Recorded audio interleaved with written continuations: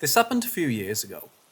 At the time, I was living in an apartment with my mom and brother in Minnesota, and I was just about to move back home. We had only moved to Minnesota for 2 years, and this was the last year. We lived on the second floor in this apartment building in a very small town. My bedroom window faced the cornfield across the street, and our streets had literally no streetlights on it. The closest thing to a streetlight was the apartment sign that had those lights on it that highlight the sign at night. There was a neighborhood right next to our apartment building, and that was the only neighborhood for a little bit. Like I said, small town in Minnesota. One night, like the same week that I moved back to my home state, I was sitting at my piano in front of my bedroom window, and I saw something poking its head out of the corn across the street. Like I said, there were no streetlights, but the apartment highlighting lights were those bright enough so I was able to see it was a black ghost just sticking its head out of the corn.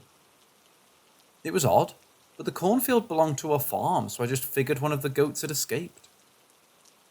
I go back to my piano doing whatever, when I get curious and look up and see the goat is not in the middle of the street, just facing my apartment building. It was probably around midnight when I saw this and naturally got creeped out, because earlier I had just finished watching some horror movie with my mom. So I got up and moved to my bed just to be away from my window. About an hour goes by, and my curiosity gets the better of me, and I get to peek out my window and see the goat in the grass of my apartment complex. Because the goat was so much closer and in a better light from the apartment sign, I could see that instead of front hooves, this goat had hands, like human hands, or human-ish hands, coming right out of the goat's legs. He had gnarled-looking grey hands with long, skinny fingers that looked mangled and broken. Because I had just watched horror movies and had an overactive imagination, I tried to convince myself he wasn't there and just left my room. I was sleeping on the couch that night. The next fucking morning, I walk into my room and see this greasy handprint with long, broken fingers on the outside of my window, with little black hairs stuck on the grease, on the second floor. I never saw the goat again before I moved, but earlier this year, I had moved in with my boyfriend, and every now and then, since I moved in with him, I've had weird dreams, like vivid dreams with the goat just hanging out in the background. He's there on the side of the road. Camping dream, he's stalking in the background. And it's only the weird, spooky, vivid, nightmarish dreams that he pops up in. The most vivid and spookiest of dreams happened last month. For whatever reason, I was in Salem or a Salem-esque town, dressed in Puritan clothing and everything. It was foggy, night, and I could literally smell the rain and mold on the old wood buildings. I was in a field walking away from the woods towards the town, and the goat was just there watching me walk away from him in the woods. My boyfriend literally had to wake me up because I was twitching so bad in my sleep, and I woke up cold, like I had literally been standing in a foggy field in Old Salem at night. I saw him once in real life, and now he's stalking my dreams.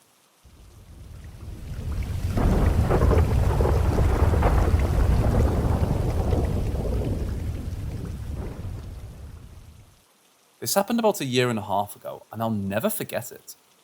Basically, Mom and I moved into our trailer a few years ago, and knew that it was haunted within a couple of months.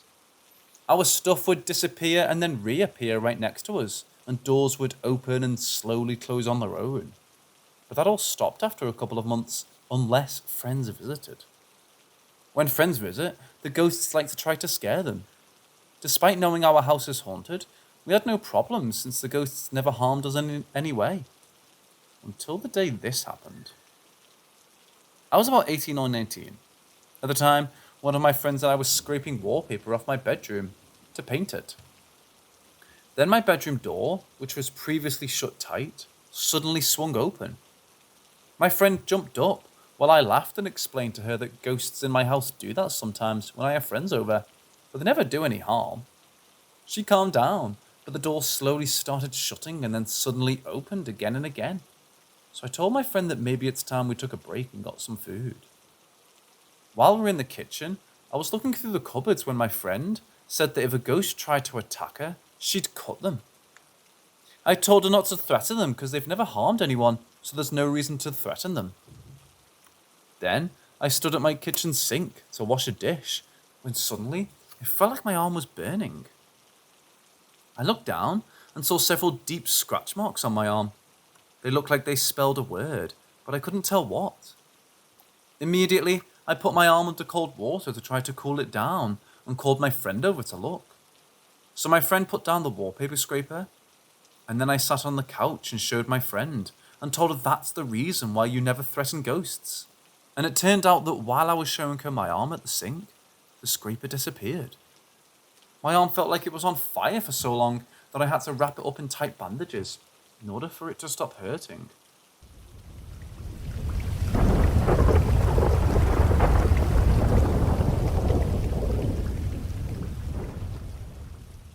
A few years ago, I became interested in purchasing some real estate as an investment and shared my new venture on social media. Zoe, my good friend from college, sent me a message asking me if I was interested in checking out a flat belonging to her in-laws. The building she's talking about was barely 2 years old and was located in a prestigious residential area. My friend told me that her in-laws bought it off the plan and it was meant for her husband's brother. He moved in, but a year ago, he suicided in that very flat. She didn't want to live there and told her in-laws to sell it. Zoe told me all this, and I said I didn't mind taking a look. Because a flat like this can usually be a great bargain. A property where an unnatural death has occurred can often be bought for as much as 40% less than normal. However, my in-laws insist on selling it at a regular market price because they don't consider suicide an unnatural death. Only manslaughter is unnatural, she said. Maybe I can convince them. I told her that was my mistake. So, my husband and I drove to the place at the appointed time. It was indeed a magnificent building, still had the new building smell of paint, and the furnishings were splendid. Zoe was at work and couldn't join me, so I met her in-laws by myself. They showed me around the flat and answered my questions. When I wanted to check out the main bathroom, they said it was where their son had killed himself. He died in the bathtub. He died peacefully, no blood spilled. He used some drug that only medical staff can get, so his mother-in-law said with a bitter smile. I didn't know how to answer. Just opened the door, stepped inside, and took a look around before I got out. I thought to myself that this was indeed a good property. If the price were good, I wouldn't mind buying it. But during our negotiation, the owners insisted that they wouldn't accept any price discount. After 10 minutes talking around and around, I knew I was wasting my time. I thanked them and left. When I sat down in the car, I suddenly felt melancholy. For the first time in gasoline I wasted. For the limited budget I had. For this cruel world. Sad and negative feelings that I never felt before all rushed into my head. I tried my best to stay calm like nothing was happening, but inside my head, I wanted to kill myself. No joking. After I got home, I tried to do something to cheer myself up. I started to make some pastry as a way to keep myself occupied. About 20 minutes after I started baking, something strange happened. The sadness and the suicidal thoughts suddenly vanished, and I smelled cologne. I didn't use perfume, and I was the only person in the kitchen. At that moment, I realized that the soul of Zoe's suicided brother-in-law must have followed me home. It's him who passed me the terrible thoughts and feelings which he had felt before he died. And the cologne must have been his. I couldn't keep this to myself and told my friend everything and told her not to think I'm crazy. Zoe said that she knew what I was talking about because she also smelled it. That's why she refuses to live there. That's why she and her husband have lived there for just a few months until she insisted on moving out, no matter what it took. I've had many other strange encounters in my life, but this experience was like a solid proof that I really can communicate with the other world.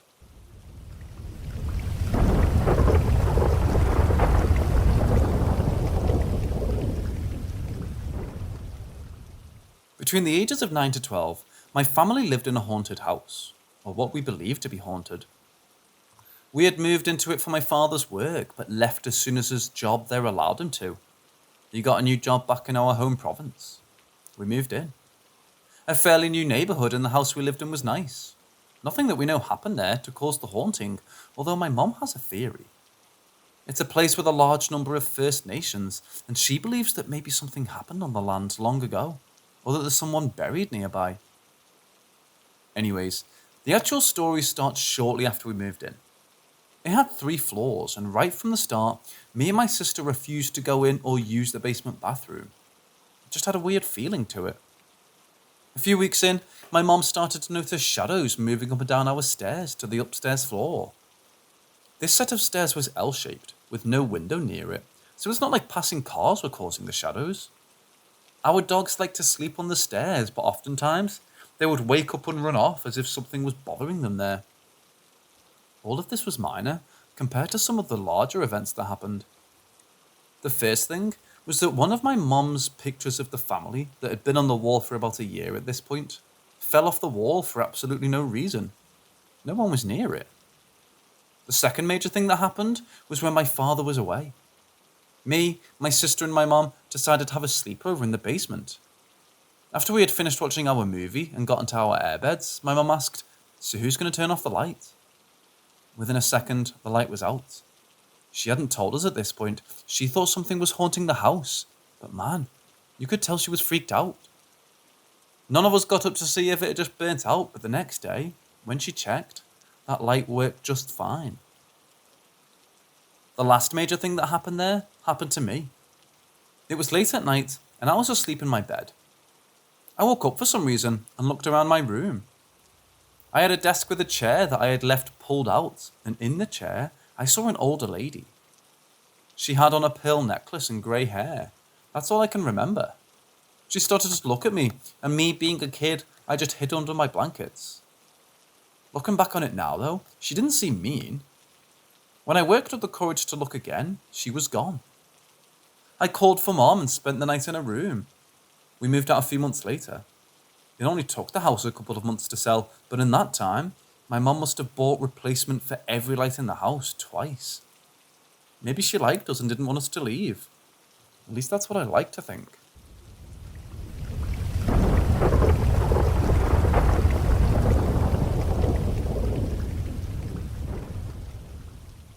So this happened last night while I was watching a bunch of the old Zero Punctuation, a funny video game reviewer, videos on YouTube before bed. I've been watching nothing but Zero Punctuation for a while, and autoplay kicked in while playing more ZP. I was a couple episodes deep, and then autoplay started playing a compilation video of every ZP review from 2008 at around 10 PM. This was an almost 3-hour long video. I started to doze off about an hour later, around 11 PM. I fell into a pretty light sleep for maybe an hour and a half. Around 1:45, I started to wake up because I could hear a really shrill ringing noise cutting in and out of what sounded like TV static. When I opened my eyes, there was a video playing on my laptop, and it jolted me awake. Along with the really awful high-pitched ringing and static noise, the video was showing distorted black figures moving around a bright white background. I vividly remember a distorted-looking face circling around a sort of square box thing. It was kind of glitching and making erratic jumps as it moved, and every time a glitch or jump happened, it would make a noise like a record skipping or scratching. It kind of reminded me of those analog horror stories that are popular on YouTube right now. It scared me to death, and I remember instinctively moving my hand in front of the screen, like when a jump scare happens in a horror movie.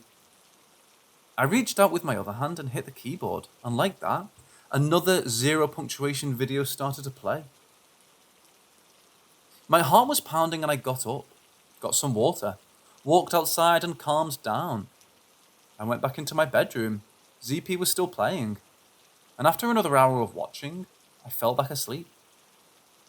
I've been thinking about it all day, and I've been trying to rationalize what I saw.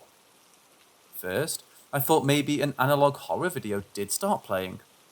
I don't watch them very often, but I have in the past, so maybe one started playing in my autoplay recommended videos.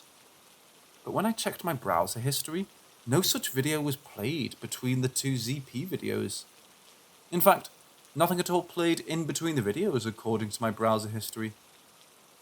Second, I thought maybe the end of the last ZP video was just weird and had a scary homage to all the horror video games he likes to play.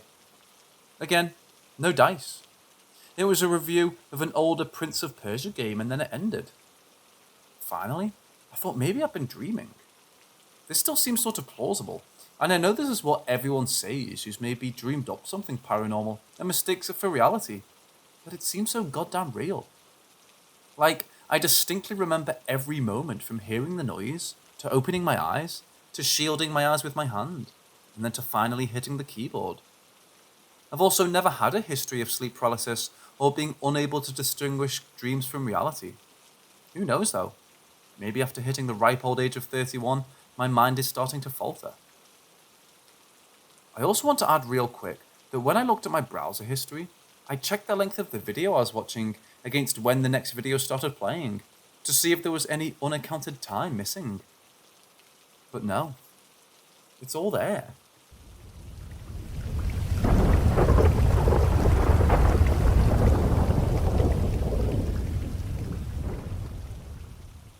So I tried past life regression hypnotherapy, something that's been on my bucket list for a while. Had some lovely sense memories and flashes of being a 15th century farmer with a paternal love of horses. Saw an exorcism, all the good stuff. This is kind of what I was expecting. What I was not expecting was for my subconscious to launch my subjective perception to 2187. I'll start by saying I genuinely don't know if past or future lives are objectively real, or it's simply my subconscious coming up with visual metaphors, but the experience was strange enough that I wanted to share. So there I am, about an hour or so into the session, and then my perception takes a hard left. In the light trance, the image turns to me, or future me, or whatever you want to call it, overlooking a very technologically advanced city by the ocean. The buildings are like honeycomb hives. The streets are more akin to gardens with bioengineered plants to convert CO2 into oxygen and terraform the planet back to livable conditions. There's docks and large cargo ships and battleships moored. I'm taller than I am now, closer to 7 feet. The weird part is that my body is amphibious, as in gills down my back and sense memory of the air flowing through these undulating orifices, and beneath my skin to a third long. Weird. I and 20 others have been hired to do repair work on one of the larger ships after it has suffered damage from a missile strike. I'm under the water, cannot speak but breathing fine through these slits. I can taste the salt water as it flushes out my body, through slits close to my neck. Fingers and toes are doubled and tripled in length and webbed like big paddles. There's a strong impression that I'm human, but I've purposefully modified my body to be this. Not surprising to me, as I followed techno-Gaiism transhumanism, but the sense memory of being aquatic and amphibian was, to be frank, fucking weird.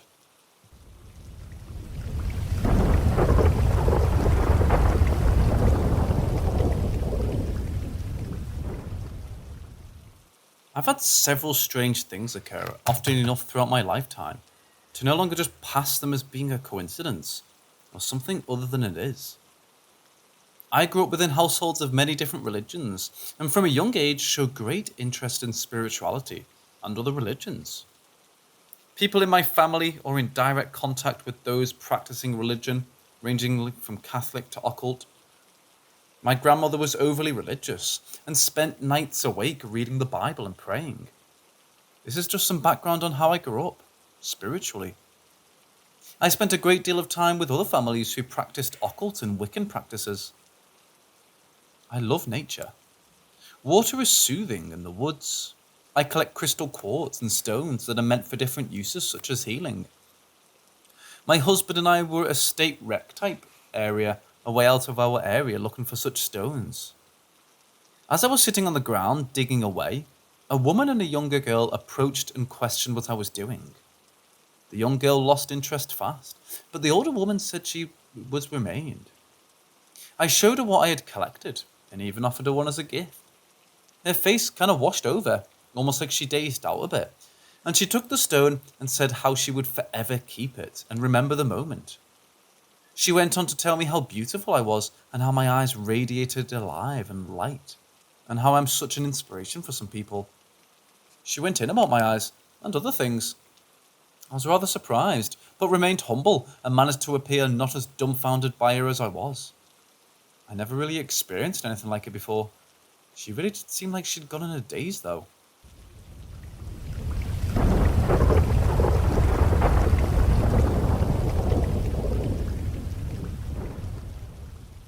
My husband and I frequent a local weekly farmers market. We generally start up at the top building so he can run to use the bathroom. I stand patiently outside and wait.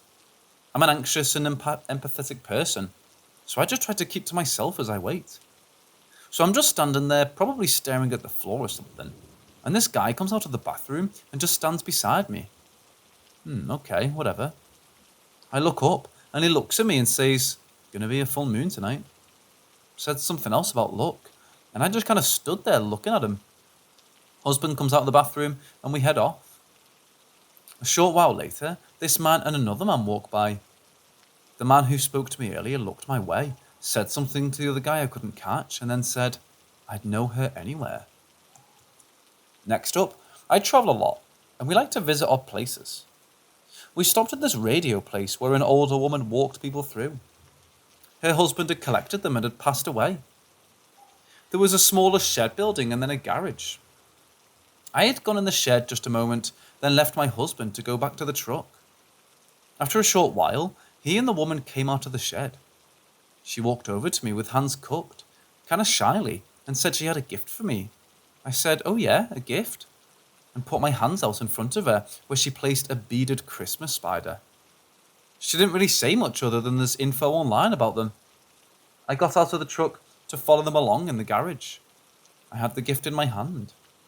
I swear, when I walked through that garage, I felt all these tiny little spiderweb threads tickling my legs and arms. I was brushing at my leg as though to brush it away. No one else seemed to notice. Even after going back outside, I had mentioned it to my husband. He brushed me off like I did the webs.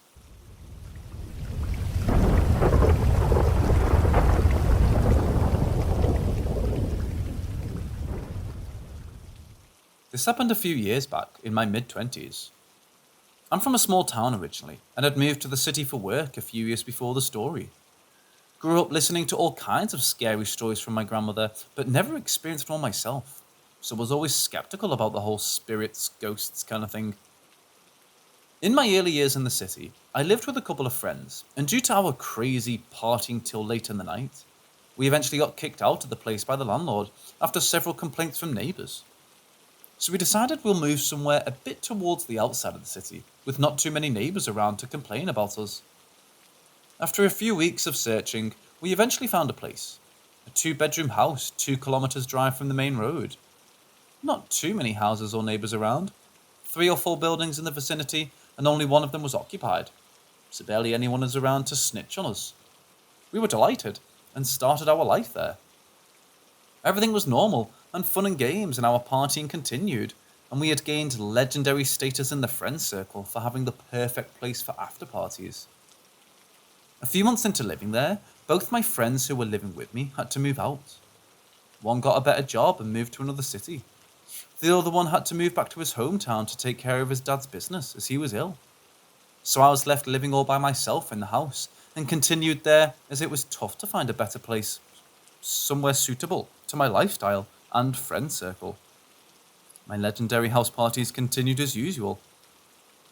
One fine weekend, we started our party early in the afternoon. Cooked food, drinks, games, and the usual stuff. We were all wasted by 8 p.m. By 11ish, I decided to call it a night and went to bed. I had a really tough night sleeping, as I could see people entering my room to use the bathroom. I kept yelling at them to let me sleep and to use the bathroom in the other rooms. I had a rough sleep and woke up the next morning with a terrible hangover and started trying to recollect things from last evening. Slowly gathered the sequence of events and realised we wound up the party, and everyone left around 11 p.m, and after that I went to sleep. I started wondering who those people walking in and out of my room while I was sleeping were. Checked and found the bedroom door was locked from inside. Went out and checked the main door was also locked from inside. I thought about it a bit and convinced myself I was drunk and hallucinating. Forgot about the whole incident in a few days. A few weeks later, after one night of movie marathon, I went to sleep around 5 am. Woke up around 9 am, hearing vessels in the kitchen as if someone was working. I got up and went to check, and nothing. Again, convinced myself I was hallucinating due to lack of sleep. I proceeded to smoke a bowl, had my breakfast, and went back to sleep. Around 12 noon, I get woken up again by someone pulling my leg forcefully, as if someone would when they're angrily trying to wake up someone who's sleeping well past their sleeping time. I jump out of bed and crawl up to see nothing. Again, I blame it on the weed I smoked and convince myself I was hallucinating and get on with my day as usual. As days went by, things started getting weirder. I would often feel the presence of other people in the house, as if someone else is living there and minding their own life. The sound of vessels, the sound of flushing toilets in the other rooms and stuff like that. Never heard a human voice though. I continued living there in my unsuspecting, naive fashion, blaming everything on my alcohol and weed. During one of the parties, a friend fell down and rolled all the way down the stairway to the terrace. We made fun of him being super drunk and went on about our usual stuff. Another time, we were all sitting and chatting in the living room, and one drunk friend got up and went to the kitchen to fetch water. We realised an hour later that he never came back and found him lying in a pool of blood in the kitchen. Luckily nothing serious, and took him to the hospital, 3 or 4 stitches on the jawline. We would make fun of him for being drunk enough to fall and injure himself whenever we met him again. A few more friends got into small incidents on their way to or back from my house in the upcoming months. No one connects any of that to me or the house and goes on with their life as usual. One night, after a couple of beers at the bar on the way back from the office, I rode my motorcycle and reached the front of my house. I was about to stop and turn off the engine to open the gate. Before I could stop, I fall down from the bike as if someone pushed or kicked on it from the side. I realised I was hurt this time and called a friend to take me to the hospital and find out I dislocated my right elbow. Friends and family blamed it on my drunk driving, and so did I, even though I'm sure 2 beers couldn't have done that to me. As I was recovering for the next few months, I was completely off everything and sober. During this time, all the noises and weird stuff also vanished from the house. This made me even more convinced about the fact that it was all alcohol or weed-induced hallucinations. After 2 months, we started again. Friends came over, partied and left. I woke up the next day to a phone call with terrible news. My friend who moved to my hometown to take care of his dad's business got into a freak accident with terrible burn injuries all over his body and face. Few of us visited him at the hospital, and it was horrible to see the state he was in. None of us connected any of this to me or the house, and me neither. A few weeks later, I got a call from the landlord giving me 1 month's notice to vacate, saying he was planning to demolish and rebuild. I was gutted, but searched and found a house and moved a bit closer to my office. Crazy house partying days eventually came to an end after a 1.5 years living in that house. After I moved out, everything got better miraculously without me realising it or acknowledging it. My friend recovers completely from the burn injuries. Within a year, the scars had left. I got promoted in my job. I got to travel to a few countries for work, and I met the girl I finally married. About a year later, and this is when I connected all these dots. I walked into a bar one evening to grab a couple of beers, met a few friends, had a good time, and was about to leave. One random dude walks by me and starts chatting. Regular stuff, and eventually talking about work and stuff. And this happens to be the building contractor redoing the house I stayed in. He said it was a haunted house in which a drunk husband killed his wife and 2 kids and committed suicide, suspected she was having an affair. The landlord was asked to demolish and rebuild the house by his astrologer, as horrible things started happening in his family after he purchased that house. No tenant would live there for more than a few months. Even to this day, I don't know how and why that building contractor guy came and spoke to me about the house and its story. I sit back and still often wonder, did I really go through some haunted shit and didn't realise it? because I was too drunk or baked? Did a whole lot of freaky accidents happen to my friends because they were connected to that house? One thing I know for sure, did it all stop after I moved out? Yes. The rest I don't know. You tell me.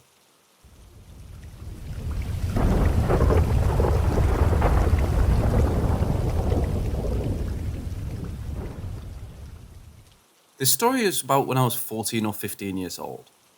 It was 3 a.m. in the morning, and I suddenly woke up wanting to pee. So I stood up and went out of my room and went to the kitchen, and then went to the bathroom outside. With my eyes half opened and not quite awake yet, my source of light was by the kitchen door. The bathroom itself had no lights, but I can still see inside the bathroom. As I pushed the bathroom door with a glance inside, I saw a boy squatting beside the toilet bowl. I quickly turned around while saying, "Hey, sorry." I was feeling super rude for intruding on him. So I then quickly went up the stairs and closed the kitchen door. Then suddenly I had a thought. Since when do we have a young boy? There's no little boy here living with us. I felt a shiver. I then rushed to my bedroom and hid under the covers and felt scared. The bathroom door is facing my bedroom wall then to my back. Also, I could really see the boy crouching his black hair, shirt and pants. Was the 3 a.m. thing where the ghost usually runs rampant true? Or is it caused by my half-awake thing?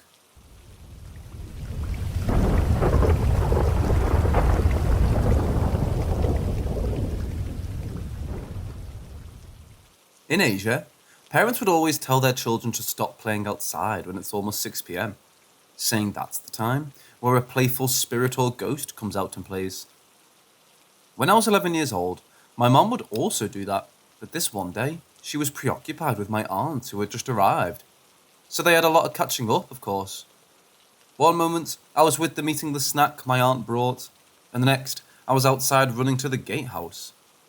My father was just outside the gates cutting the grass with a grass cutter. The grass cutter was pretty loud, so I'm sure he wasn't aware I was by the gates playing with it. We were living by the wood factory.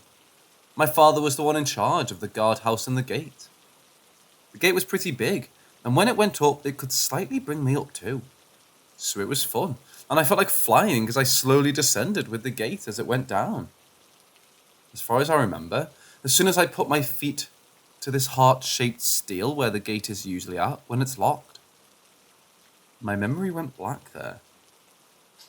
The next thing, I woke up. I was a few feet down from the gate and my forehead was bleeding. My left thigh was swollen. When I looked up, I saw the huge, and mind you, heavy gate was down the road a few feet away from me. At that time, my thoughts were, how did I get injured? What happened? My dad didn't notice anything. I had to scream for help. I'm not sure who noticed it first, but I was sent to the hospital. All good.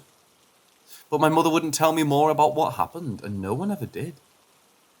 I'd never fainted as far as I remember, and even now. So it was a one-time thing, hopefully. I'm still confused about that day. If the gate pole gave out due to me playing, my last memory should be when I hit it or something. Why was the pole a few feet away from me? Like something placed it a few feet away from me. Also, if I was truly hit with it, there should have been bruises to my body, but there weren't any.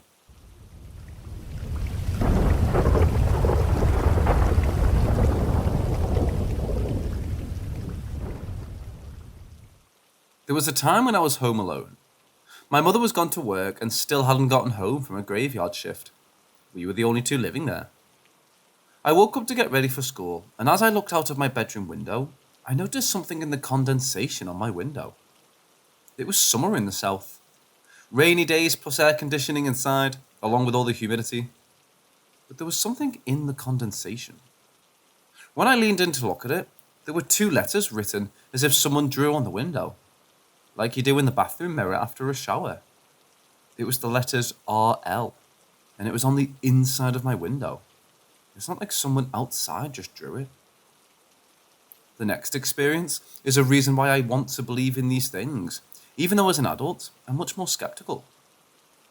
My favourite uncle had recently died of a heart attack, and a few weeks had gone by.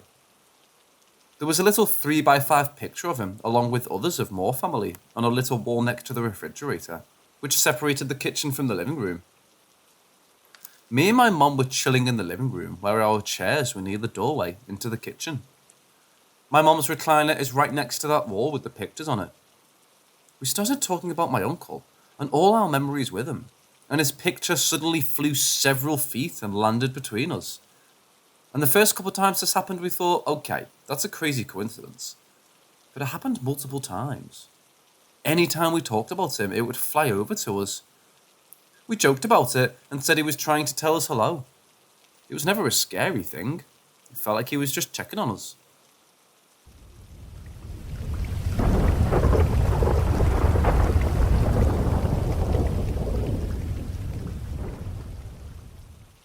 I'll start this by saying I'm not a physicist and don't have any inclination that way. I start every event I do by not joining in when the groups do their protection for the night ahead. For me, experiencing something is my ultimate goal. That proves to myself that what I believe in is real. We were in a room within Guy's Cliff doing a seance in front of a large table with chairs all around. We took a seat. There was myself, my mother, my brother, and another group member. When we each had someone hold our shoulders as we focused and asked questions. Above the table was a small light from the roof, an all-seeing eye which had been accidentally turned on moments before. All seemed to be going well. A few odd noises, but nothing really of any note. The medium kept asking me if I was okay. She was sitting on the opposite side of the room. Each time my response was, yes, I'm fine. The next thing I remember was her shouting in my ear, telling me to come forward and to be left alone. Once I had come around a bit, I was told that the hangman tried to come through me to speak. This was the gentleman who would take the person sentenced to death to the rope and the person who would ultimately hang them. The reports from everyone was that during the seance, my eyes began to roll into my head and I became unresponsive to any questions I was being asked. Rest of the night, for some very strange reason, I couldn't shake the strong urge to go back to that room, alone. Sit in that room and not move. The fallout of this incident meant broken sleep. I couldn't sleep without the lights on for over a month. No real explanation, but something in my mind just wouldn't rest about that incident.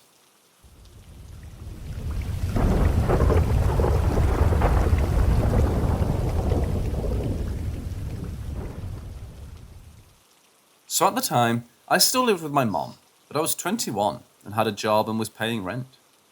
My mom went to Europe on a trip, so I invited my best friend who was also 21 to sleep over. Usually we drink and play video games, but we both had to wake up early to work. We also work at the same place. So we went off to bed in the guest room. Yes, we both sleep in the same bed because we both have way too many ghost experiences to sleep alone. Anyways, we were laying down and trying to sleep, with my dog sleeping next to us, and it's around 3 o'clock when all of a sudden we both heard a weeping or crying sound coming from the door or the closet. We both sit up immediately and look at each other, and then to my dog, to see who it was, but it wasn't any of us. We were just sitting there listening in, and then finally my friend says, "What the fuck, bro?" And it stops. I then get up to turn the lights, and we proceed to cautiously look through the entire house to see who or what it could have been, and no one.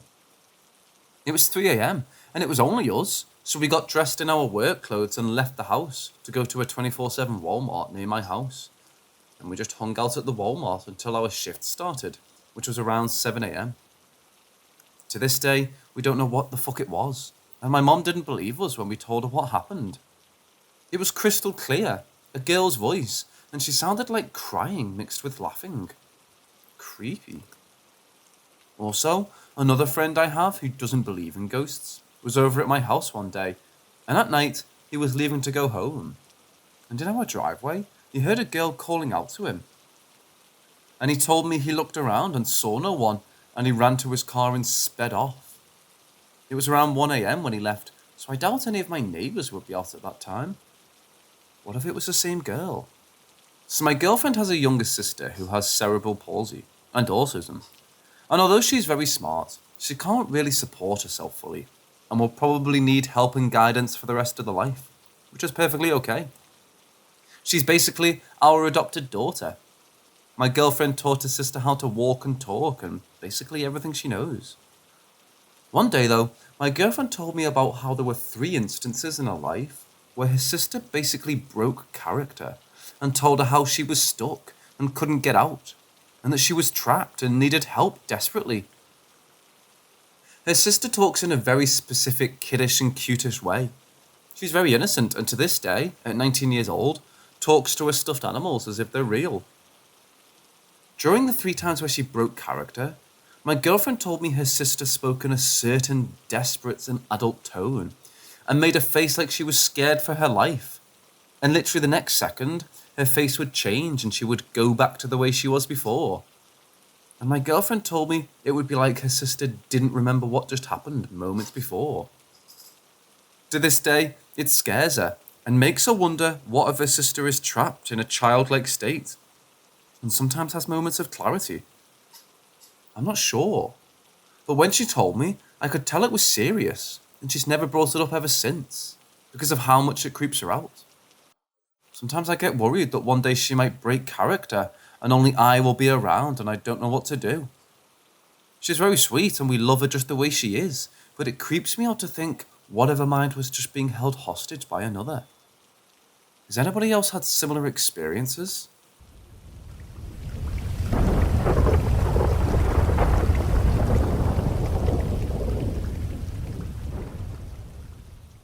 So me and my girlfriend go to Walmart pretty frequently. It's cheap, and sometimes they have really cool Disney and anime shirts and stuff like that we like. And it's only 5 minutes from our house. So she told me she was going to check the women's clothes to see if they have any other biker shorts, while I was going to go to the men's section to see if they had any new anime or Disney shirts. We decided I would just meet back here since the registers are right in front of the women's clothes, and then we'd go. When I was done checking the men's stuff, I saw my girlfriend walking towards the food section, and in my head, I was wondering why she was going there. So I started following her to catch up to her, and I saw her suddenly turn left. So I ran and turned left and no one was there. It was an empty aisle, and I was kind of confused. So I ran some more looking for her, thinking she was fucking with me, and maybe went to the next aisle, and legit, there wasn't anybody near there. And I was confused on where she could have gone. So I decided to just call her up and I said, "Hey, where are you? And why did you go to the food aisle? I told you I'd meet back up with you in the women's clothes." And she said, "I am in the women's clothes. I've been in the same spot." Immediately I said, "I just saw you walk here," referring to the section I'm at, and she was really confused. I ran towards the women's section and found her and told her what happened and what I saw. And she said maybe I mistook someone else for her, but my girlfriend's a pretty distinct girl. She's 5'9" and has really long blonde hair and is decked out completely in Disney. She was definitely weirded out, but kind of just shrugged it off. But honestly, I have no clue what happened. I was only like 7 feet from her when she turned the aisle, and I don't think she would have made it all the way down to the next aisle by the time I turned into it. And I ran around the entire vicinity looking for her because I thought it was weird. She was legit trying on clothes when I met back up with her at the women's section. Who the fuck did I see? Or what was it? The fact this happened at Walmart of all places is weird in itself, but it really did freak me out.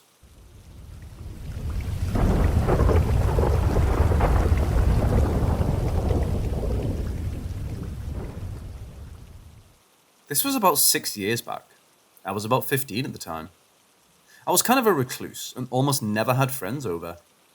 There was one time I brought my best friend over for a sleepover. We stayed up all night playing games, talking and whatnot. We were having a great time. To understand everything that happened and what couldn't have been the reason, you have to understand the layout of the house.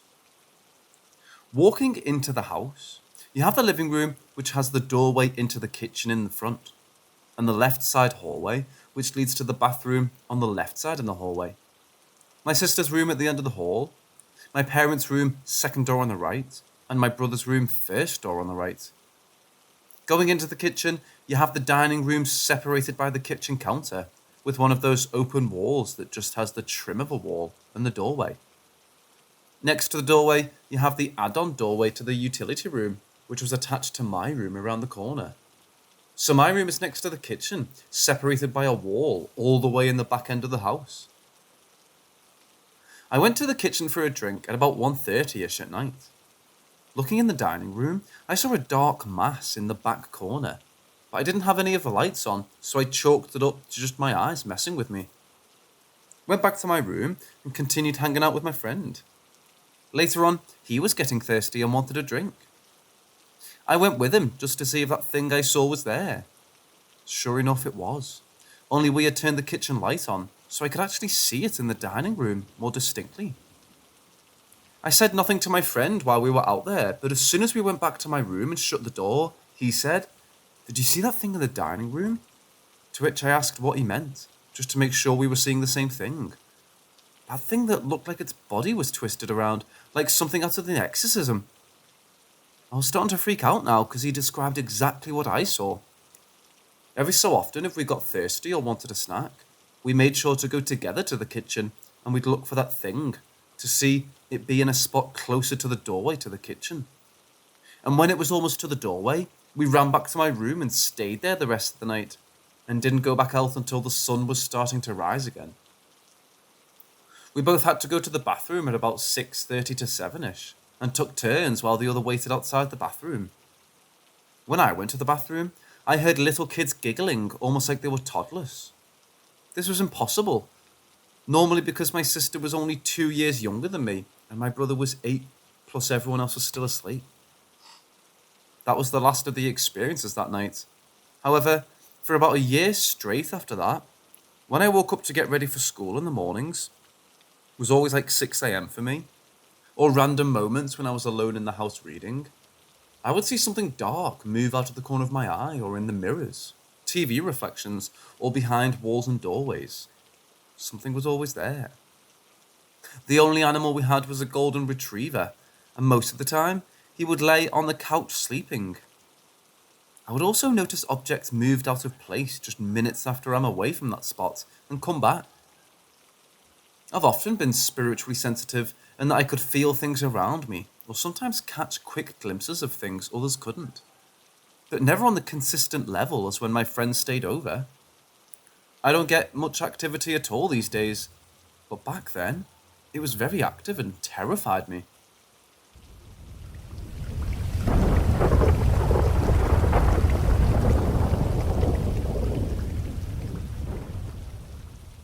I would say this happened around 2014. I'm in 7th grade in a new house, and things started to get freaky.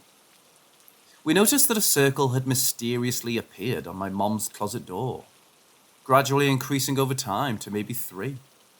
But suddenly, they had started to appear on my closet door in my room too. The freaky thing is that these circles are perfect, like they were drawn with an instrument like a compass. In our living room, we were fixing a faulty light switch box and socket, which required us to take down the wall and put new sheetrock up afterwards. The wall went unpainted for a while, and suddenly it started to get the same circle on the wall that was on our closets. Over time, this wall got more and more circles. But one day while I was at school, my mom, who was a stay-at-home mom, sat down on the couch next to that unpainted wall and noticed that the circles were forming something. So when I got home that day, she called me to the living room and asked me what I saw. I kid you not, the circles were spelling out my name, in a connect the dots type of way. Both me, my mom, and my stepdad saw this. My mom called for a paranormal team to investigate what was going on, and they thought the occurrence was weird enough to come and investigate. But my mom, being a God-fearing Christian woman, was too frightened by the occurrence and called off the investigation 2 weeks before and brushed it off as a message from my deceased father, who passed away 4 years prior.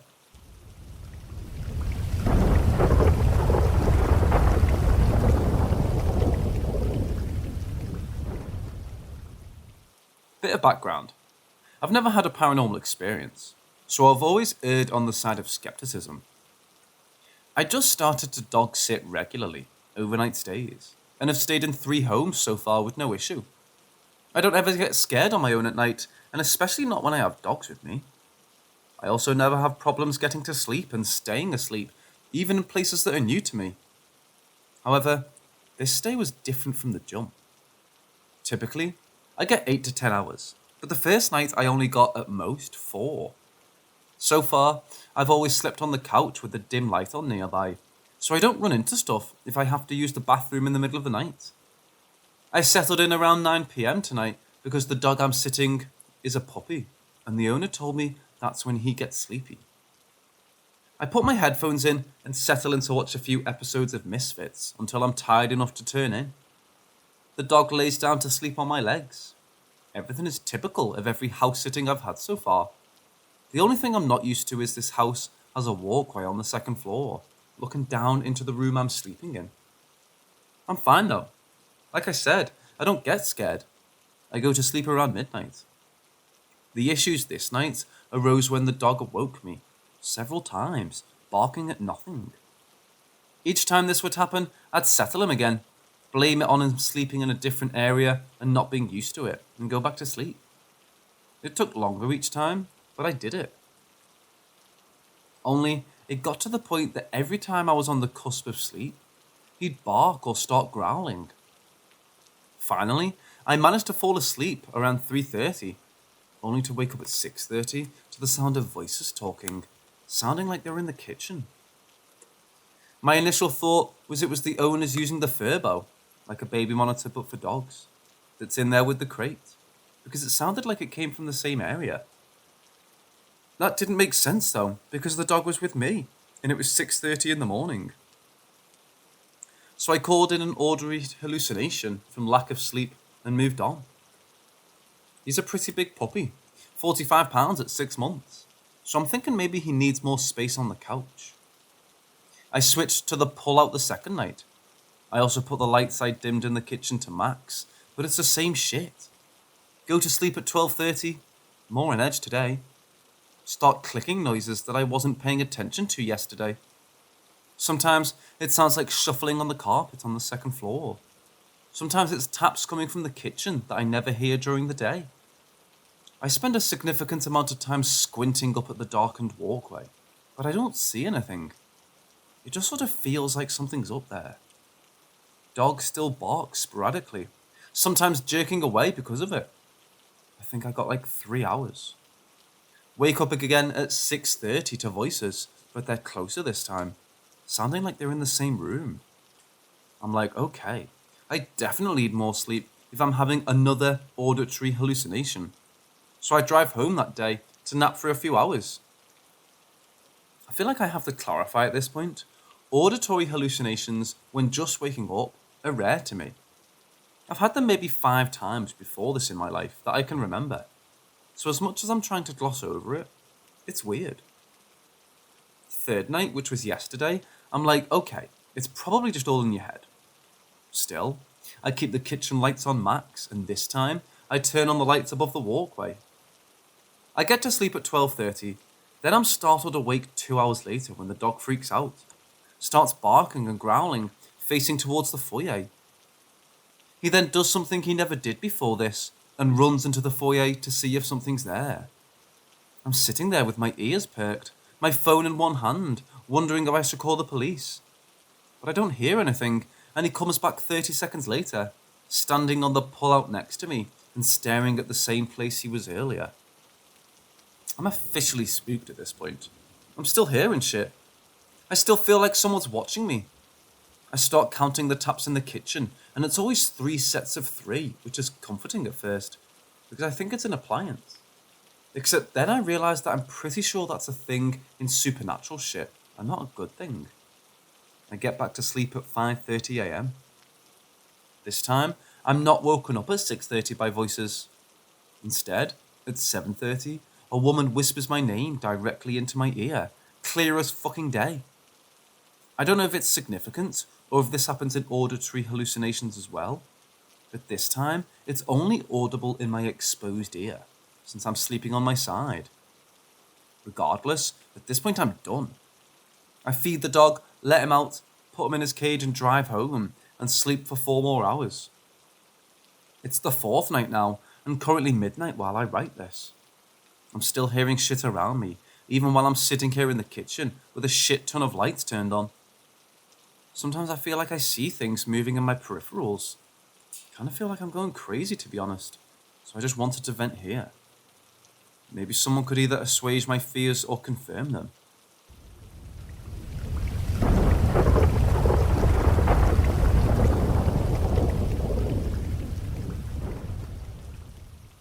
In 1998, I was in the marching band in Ripley, Tennessee.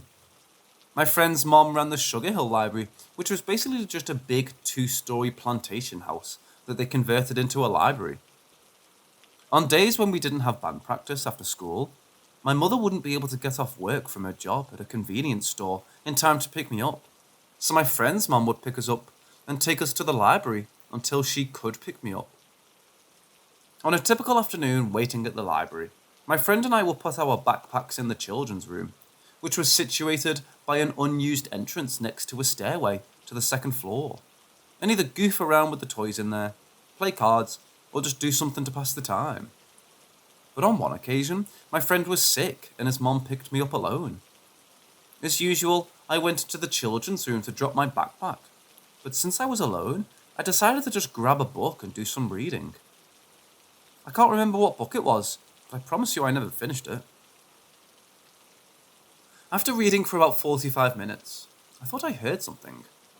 I thought maybe it was someone trying to get in the front door, which was a pretty common mistake given the doors weren't marked. So I went to tell them they would have to go around to the other door. I didn't see anyone outside, but I heard the noise again, this time coming from up the stairs. It's kind of hard to explain what it sounded like, but the closest I can say is wrapping paper when you're pulling it off the roll. I'd never been on the second floor at that time, so I wasn't really aware of what was up there, but I was instantly curious. We weren't really supposed to go to the second floor, but I figured I'd just climb to the top of the stairs to see if I saw anything. If I did see something, I'd just come back down and tell the librarian, and if not, I'd just forget it and go back to reading my book. I have a bum left knee, so I'm not the fastest stair climber on a good day, but I could swear after the first couple of steps, I was climbing in slow motion. About 3/4 of the way up, I was hit with this overwhelming sense of unease. It was like I could feel someone's intense hatred of me, like that feeling just before a fight starts dialed up to 11. I've seen enough freaky stuff in my life prior to that point that I just decided to turn around and nope, back down the stairs. Once I got to the bottom of the steps, I felt better. But when I turned to look back up, that freezing seized up again. So I put my head down and walked back to the children's room, where I stayed until we left. Skip way ahead to maybe about 2013. The library has moved to a newer, larger facility down the street, and the house on Sugar Hill is now the Lauderdale County Chamber of Commerce. They've switched to using the previous unused entrance as the primary entrance, and the head of the chamber has her office upstairs. They've taken all the bookshelves out, and now one of the rooms holds pieces of the county's history, such as clothes from different periods, medals of distinguished shoulders, farming implements, and children's toys. What was once the children's reading room is now a smaller conference room where minor business is conducted. A change in my job responsibilities suddenly required me to take documents there to get the official chamber stamp and signature, and I had to go there practically every other day. Obviously, I wasn't super thrilled about that, but I didn't really have a say in the matter. For a couple of years, whenever I would go to the chamber, I would meet with the assistant in that smaller conference room that I was oh so familiar with. One day though, in about 2015, the assistant was out, and I was going to have to deal with the head of the chamber, which was a woman named Susan. I walked in and initially went to the small office, but after calling up to Susan, I was told I would need to bring my documents upstairs to her office. It took everything I had to build the courage to climb those stairs, but I figured it was easier than getting a new job, so I did it. Susan asked me to sit down while she finished some paperwork. We exchanged some pleasantries and small talk, and after a few minutes, I decided to go for it and ask the question that was burning in my brain. Do you guys ever notice strange things around here? Now again, I've been coming here off and on for 2 years, but up until this point, I've never brought up my experience to anyone. I expected a laugh, but as soon as the question left my lips, Susan's entire demeanour changed.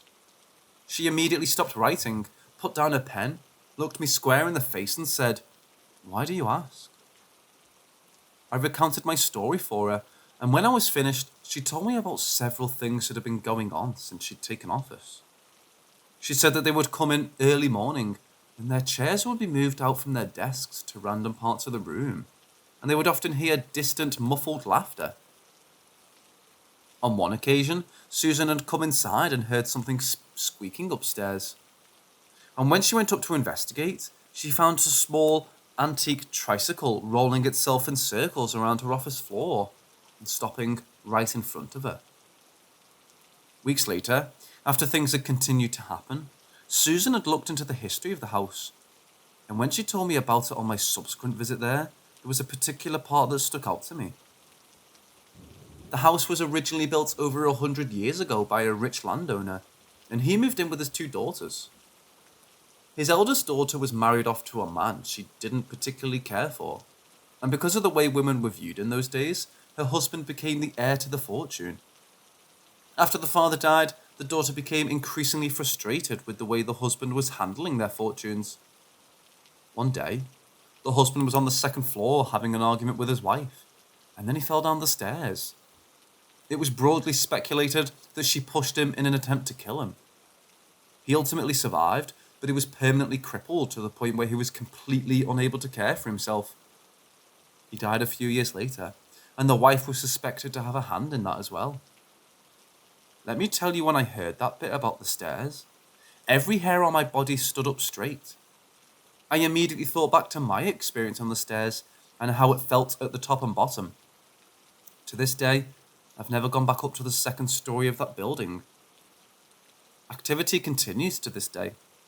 Chairs still periodically move overnight, and some of the children's toys will move on their own.